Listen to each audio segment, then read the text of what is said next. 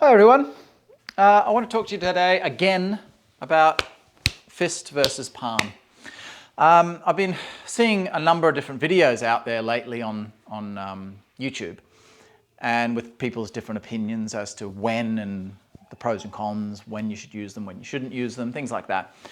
And there's a lot of diversity out there, obviously, as to when you should use them and so on. But one thing that I really want to put out there is the angle. I did mention this in my last one, but I want to go into it in further detail. The angle at which your wrist should be, and the rest of your arm, in fact. So what I've been noticing is a lot of, let's say, boxing, MMA, Muay Thai, that kind of stuff. So they're using their classical boxing type techniques, right, with their arms, your jabs, your hooks, your crosses, that kind of stuff. And then they're trying to use those strikes, but just put a palm on the end of it instead of a fist. If you do that, the palm is going to suck. So I've seen a few videos where these guys are saying, oh no, look, this is horrible. You change it to a palm, it's really pressure and it hurts and it's not strong and all of this kind of stuff. Now, as far as I can find, scientifically, the contact area of this is stronger than the contact area of this. It's less likely to break if you hit something very, very hard. And that's usually what we're talking about when talking about fist versus palm, is because you don't want to break your hand. Now, I am going to do a whole separate video on why you should not be punching with full force anyway.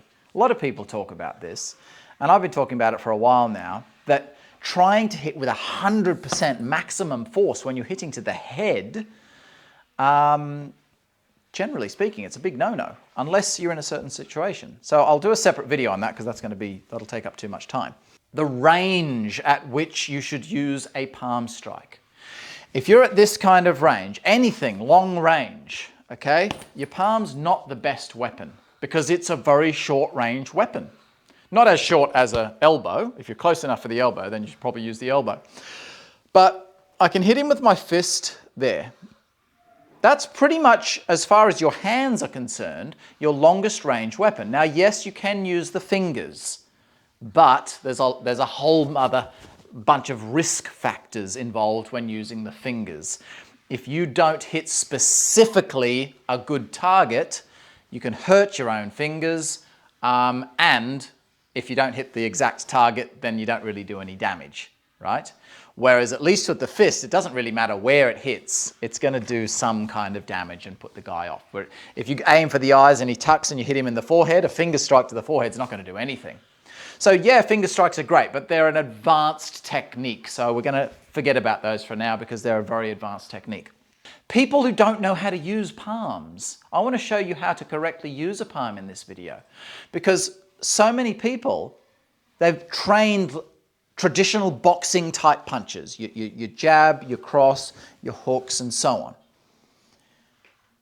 And then they've just put the palm on the end of that. The palm requires a totally different structure in your arms than the fist does. And if you don't understand those structures, see, I study Bagwazhang, which is a palm striking art. It's the whole system. The whole martial art is based upon hitting people with your palms. Sure, there's elbows and knees and kicks and there's other things in there as well, but the primary focus is palm striking. So I've been doing palm striking for 20 odd years.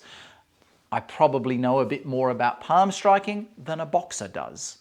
If I stand here, okay, my fist, I can just reach the bag, right? At that range. If I change that to a palm, I'm not reaching. But you lose even more range than that when you're doing a proper palm strike. What I said before about a boxer, MMA style fighter, just doing the same strikes they already know how to do and then applying the palm to it.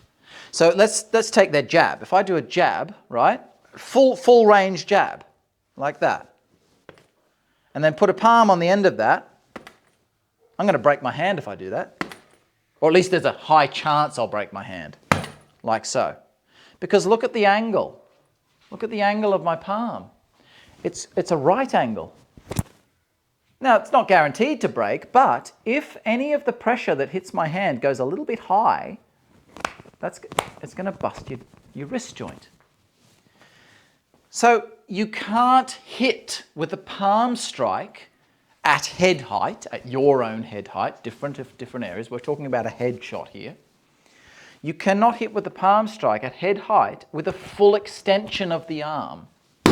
Whether you're sort of more square or more extended, you cannot fully extend the arm. My wrist is too far locked out. So how do I stop that from happening? If I turn it this way, it doesn't help. Turn it this way, no, it doesn't help. No matter which position I change that in, there's only one of two things I could do. I could turn it sideways and move my body sideways, but then that's no good. That means it only works if he's over there, or I'd have to step over there as I do my strike. So I'm now completely changing the strike. I'm talking about wanting to do a sort of a straight through the center kind of attack, okay? All you have to do is, you've got to be closer. You see? Now I've got my elbow bent. Now look at the forearm. The closer I go, the further my forearm goes down. If my forearm is further down, there's less bend on the wrist joint, you see? Now again, I mean, I don't know this for a fact, but maybe a boxer, because the elbow is dropped, you see, they're not getting this connection to put the power through.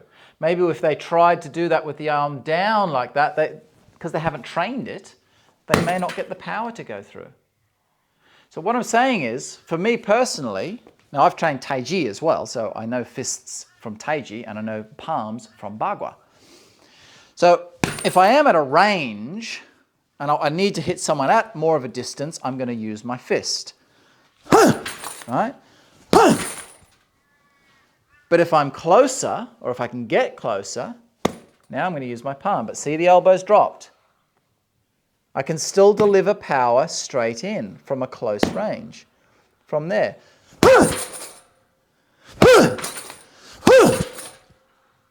That's still plenty of power. It's not as directly connected as, you know, that right, like in line with the shoulder and all that stuff. Yes, you do have a dip before the top. So maybe you could, if you got some sensors out, you could probably argue that it's going to be a little bit less powerful than that, because it's taking a dip down before it comes back up again. You see? But it's still good enough. That's a nice strike. Okay? I don't see anyone taking that to the face or the jaw, under the nose or something and just sitting there and taking it. It's still a decent strike, you see? And keep in mind, not only I could be losing power because of that, but keep in mind I'm also very close. So even with this angle in here, naturally you're going to get a lot less power when you're that close. Yeah? Palms are fantastic.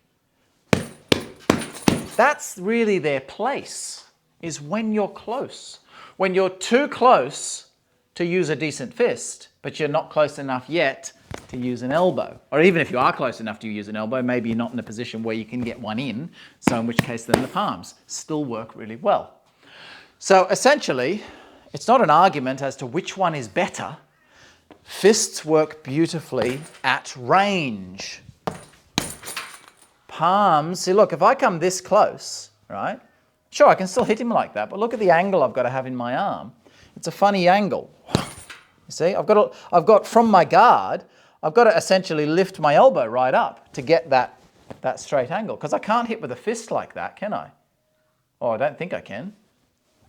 Oh no, I don't think I'd want to. I don't know anyone who could do that. See, with the palm, I can hit with the elbow dropped at that close range kind of position. I can't hit with the fist like that because see, I'd have to bend it up. It just doesn't transmit power well like that. So if I wanted to hit with a fist from a close range, I would have to still lift the elbow up, which yeah, you can do, but I personally feel that from that position, especially given that you're in close, you're making yourself more vulnerable. If I can hit from here and just hit him straight away, there's less chance he's going to hit me. But if I have to lift my arm up, well, I'm opening up my ribs. I'm also opening my arm up to possible counters as far as arm bars and things like that, if he gets out of the way and gets under that elbow. There's more possibilities. No matter how small they are, there's still more possibilities. So I'd rather use the palm at a close range. Oh, sorry, you could, if, again, the situation presented itself, maybe you can punch under his jaw, then in which case you're getting an uppercut. So that's fine. But if you want to strike straight into his nose and straight into the front of his face, you would have to do that first. So if my hands are in a position where they're already up, if I have to drop my hand to get it under his chin, well, he's going to see that, isn't he? So if my hand's already here, around his face, he might be thinking, oh, he can't hit me there, because I'm going to see that elbow go up before he can hit me. But if you can hit him from there, so that to me is enough from close range. See?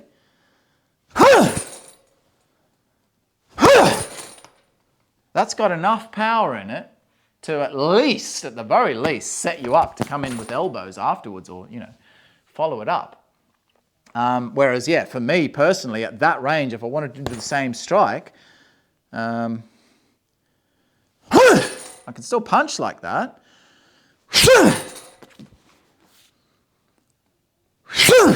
But it just feels like I'm letting him know it's going to happen because I have to flare the elbow so much upwards in order to get that on.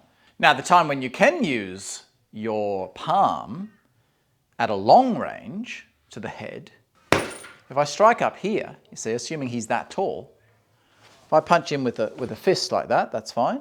But I can now just change that to a palm without bending the elbow.